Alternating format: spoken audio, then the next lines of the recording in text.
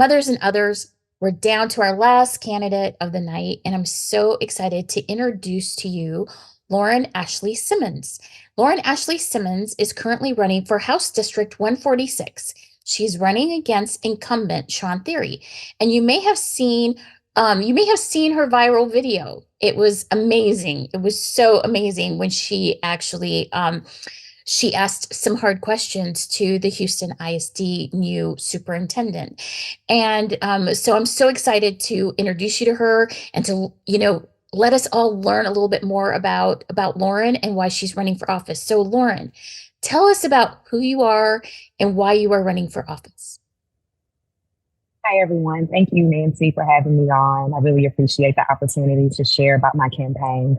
So, my name is Lauren Ashley Simmons, and I'm running to serve as a state representative for House District 146. I always have to kind of start off by saying I am not a politician. I am a community advocate. I'm a union member. I'm the organizing director, the statewide organizing director for National Labor Alliance. I organize and oversee statewide operations for very low income workers, which has always been my passion. And more importantly, I'm the mom of two amazing children in public schools. I got into this work because I know exactly what it's like to lose your safety net. I became a mom at 19, my freshman year of college. And it was not a decision that my parents necessarily agreed with. And so with my partner, were forced to, make some really tough decisions on our own. And I saw just how hard it really is to pull yourself up by your bootstraps, which is why when I came back home from college and graduated, I wanted to make sure that I dedicated myself to doing the work, to uplifting the people that really helped me get by. I survived through the love and the support of community in Austin and the east side of Austin. And when I came home, the first job that I had out of college, I was a resident services director for a low income tax credit community in Southwest Houston.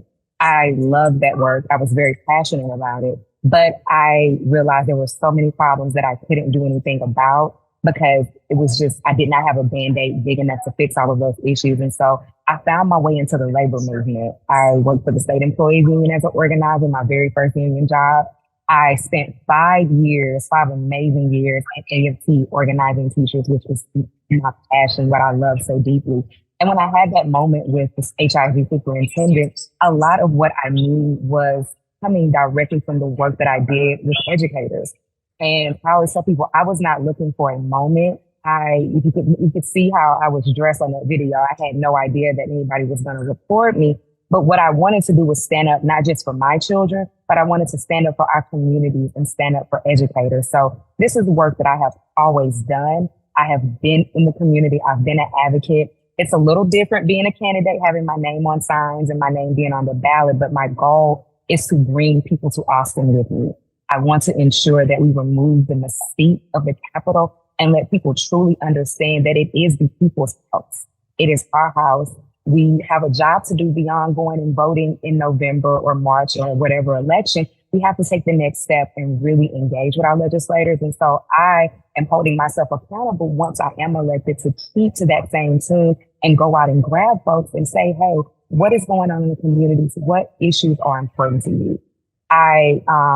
Like I said, I'm a mom, but more importantly, I am a very strong and dedicated community advocate. And I'm really excited about this particular race because I know that there are so many issues that are happening in House District 146.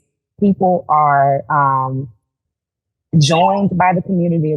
They're joined by being in the House District, but it really is. You can go on opposite sides of town and just see the inequity and the disparity, and it should not be that way. I lived in the southeast side of 146 because I could not afford to remain in Third Ward where my parents were. And I moved about 5 minutes over 288 into the NRG medical center area because I have a child with a chronic illness and I needed to be as close to such a children's hospital as possible. And there is such a drastic difference from leaving a food desert into going to somewhere where I have access to fresh and healthy food. And I want to ensure that the people of 146 have that access, have that opportunity, because it really should be equitable across the entire district. 100%. And I'm hoping that we can do something about those food deserts. I mean, it's so important. And food inequity and stuff, it's so super duper important. So tell us a little bit, Lauren, what are your top 3 issues that you're running on for your district? Public education is my top issue. And not just K through 12 education, because it really is important to focus on, but also thinking about how we are treating and funding and resourcing our universities.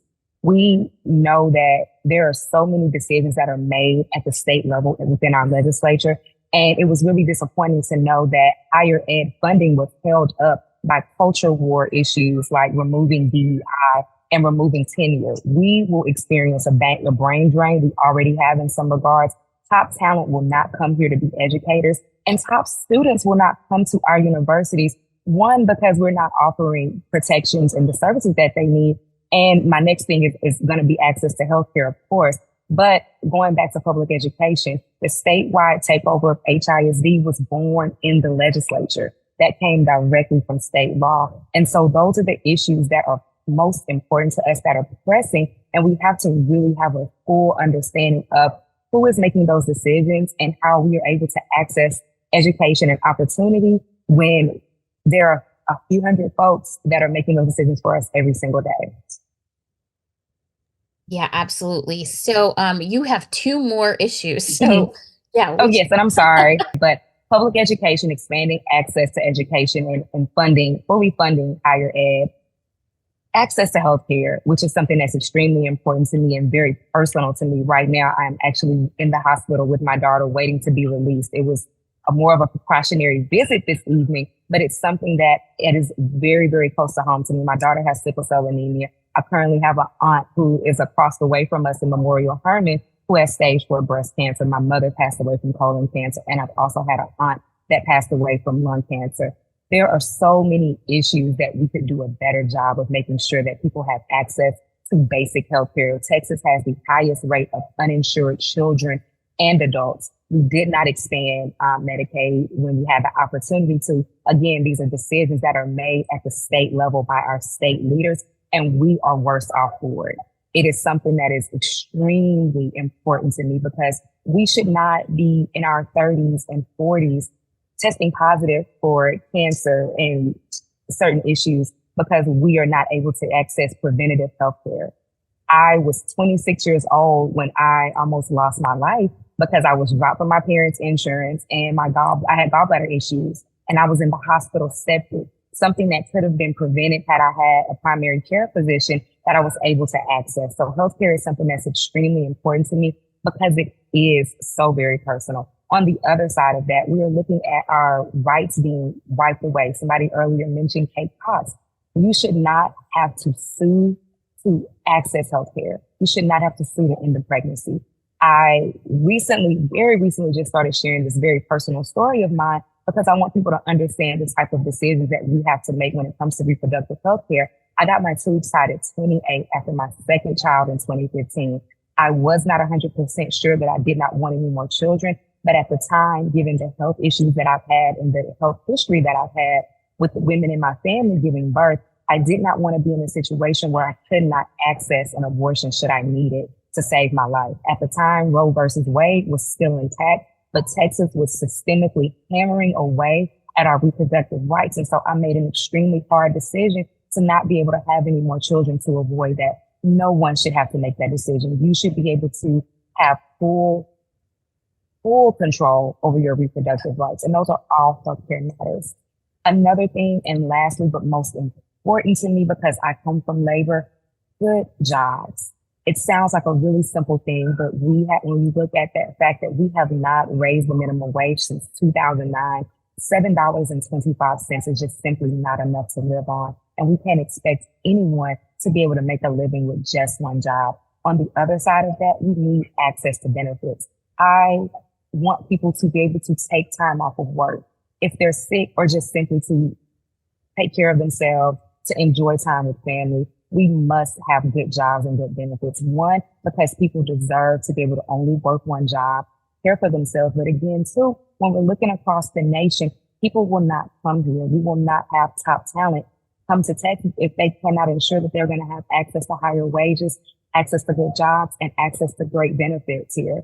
So that is something that is extremely important to me. And again, those are all decisions that are made in our state legislature at the state level. There is a raising the minimum wage bill that never makes it out of committee almost every legislative session. That is something that should be a high priority for not just one, but for all of us, because it is extremely important that we be able to take care of ourselves. Your job dictates so much, from how you're able to access healthcare to where you're able to live and put down roots in the city. I have so many people my age at 36 years old who are not buying homes in Houston because they can't afford it. And yes, housing is skyrocketing, but other side of that is just simply we are not making enough money. And so if we lift from the bottom and we ensure that the folks that are earning the lowest are able to be brought up to a much higher livable wage, we all stand to gain from that. I'm a very proud union member. I'm a CWA shop steward. I help negotiate the contract that we currently work under at my job,